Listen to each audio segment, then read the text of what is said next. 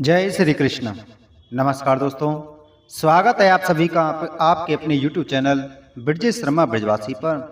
दोस्तों, आज की वीडियो में मैं आपको उन 7 भाग्यशाली राशियों के जातकों की जानकारी दे रहा हूं जिनके विवाह के योग 2026 में दिसंबर तक बने हुए हैं। इन 7 राशियों के जातक के विवाह के प्रबल योग बन रहे हैं। दोस्तों, ऐसा गुरु की वर्तमान स्थिति और आने वाले समय में जब गुरु गोचर करेंगे कर्क राशि में, तो उससे जो राशि के जातक के योग बनेंगे उसकी जानकारी आपको प्राप्त होगी। और यह जानकारी पूर्णतः सत्य है। ग्रह राशि परिवर्तन के आधार पर आपको यह जानकारी दी जा रही है। दोस्तों, सर्वप्रथम वृषभ राशि से निकलकर मिथुन राशि में गोचर कर चुके हैं गुरु, और फिर कर्क राशि में आएंगे और फिर कर्क राशि से निकलकर मिथुन राशि में पुनः प्रवेश कर जाएंगे। तो इस प्रकार से गुरु की जो स्थिति रहेगी, उससे पहले आपको कुछ जानकारी दे देता हूं। लेकिन उससे पहले अगर आप हमारे चैनल पर पहली बार आए हैं तो चैनल को सब्सक्राइब करें, बगल में घंटी के बटन को जरूर दबाएं, जिससे हमारी आने वाली सभी वीडियो का नोटिफिकेशन आप तक सबसे पहले पहुंच सके। दोस्तों, वीडियो अच्छी लगी तो वीडियो को लाइक और शेयर जरूर करें और चैनल को हाइप देना ना भूलें। दोस्तों, अगर बात करें ग्रहों की, तो कुंडली में 8 ग्रह होते हैं। इन ग्रहों को 2 भागों में बांटा जाता है, 4 शुभ ग्रह और 4 अशुभ ग्रह।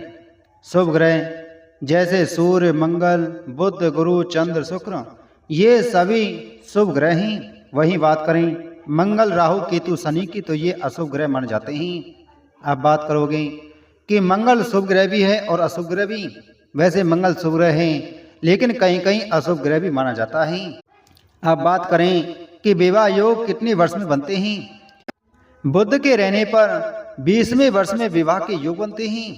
गुरु के रहने पर 24 वर्ष में विवाह के योग बनते हैं। चंद्रमा के रहने पर 25 वर्ष तक विवाह के योग हो जाते हैं। शुक्र के रहने पर 26वें वर्ष में विवाह के योग बनते हैं। सूर्य के रहने पर 27वें वर्ष से विवाह के योग बनते हैं। वहीं अगर बात करें मंगल की, तो मंगल के रहने पर 28वें वर्ष से विवाह के योग बनते हैं।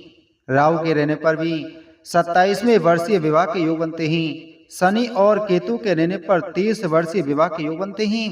अगर कुंडली में मंगल दोष है तो अधिकतम 37 वर्ष, पितृ दोष है तो अधिकतम 37 वर्ष, और काल सर्प दोष है तो अधिकतम 42 वर्ष तक विवाह के योग बनते हैं।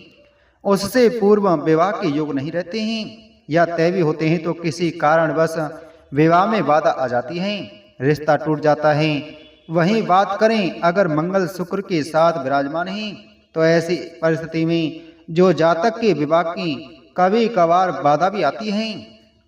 बुध शुक्र के रहने पर भी विवाह में बाधा आती है।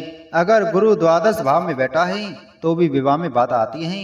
ग्रहों की स्थिति से अगर गुरु का संयोग 12वें भाव का है तो भी विवाह में बाधा आती है। तो यह कई प्रकार की जो बाधाएं होती हैं वह आती हैं। इसके अलावा कुंडली में कई ऐसे दोष लगते हैं जिससे भी विवाह में बाधा आती हैं, जैसे काल सर्प दोष हो गया, गुरु चांडाल दोष हो गया।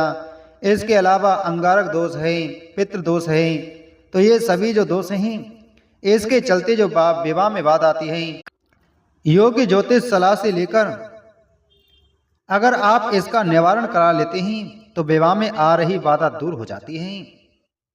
दोस्तों, अब आइए वीडियो में आगे बढ़ते हैं। तो जैसा कि मैंने आपको बताया कि गुरु के गोचर से जिन 7 राशि के जातक के 2026 में विवाह के योग हैं, 2026 में 7 राशि के जातक के योग बनेंगे।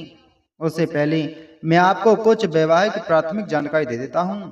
अगर सूर्य की बाधा के चलते विवाह में बाधा आ रही है लड़का या लड़की की, तो विवाह प्रस्ताव के जाते समय थोड़ा गुड़ खाकर और पानी पीकर जाना चाहिए। ऐसे जो विवाह में बाधा आ रही है वह दूर हो जाती है। बात करें अगर सूर्य को मजबूत करने के लिए, तो रोजाना सूर्य देव को जल दें और इस समय ओम सूर्याय नमः मंत्र का जाप करें। इस मंत्र के जाप से भी सूर्य मजबूत होता है। अगर कुंडली में मंगल के चलते दिक्कत आ रही है, तो पहले अगर प्रबल मांगलिक है तो दोष निवारण अवश्य कराएं। लड़कियां कुंभ विवाह और लड़के अर्घ विवाह पूजन कराएं।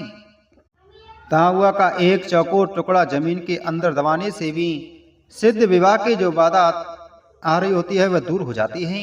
हर सोमवार और शनिवार के दिन जल में गंगा जल में काले तिल मिलाकर भगवान शिव का अभिषेक करें। इससे शनि की बाधा, राहु और केतु की बाधा समाप्त हो जाती है। शनिवार को बहते पानी में नारियल बहाएं, इससे राहु की बाधा समाप्त हो जाती है। तो यह जो कुछ उपाय थे, इन उपायों को करना है और इन उपायों को करने से जो विवाह में आ रही बाधा दूर हो जाती है। शुक्र को मजबूत करने के लिए सोमवार और शुक्रवार के दिन गाय के कच्चे दूध से भगवान शिव का अभिषेक करें, आपको अवश्य लाभ प्राप्त होगा।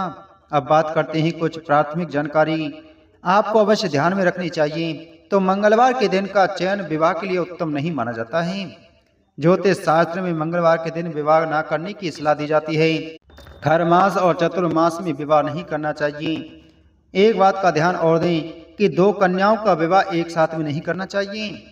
एक कन्या का विवाह कृत समाप्त होने के बाद द्वार भेद करके दूसरी कन्या का विवाह करना चाहिए। एक समय में 2 शुभ काम नहीं करने चाहिए।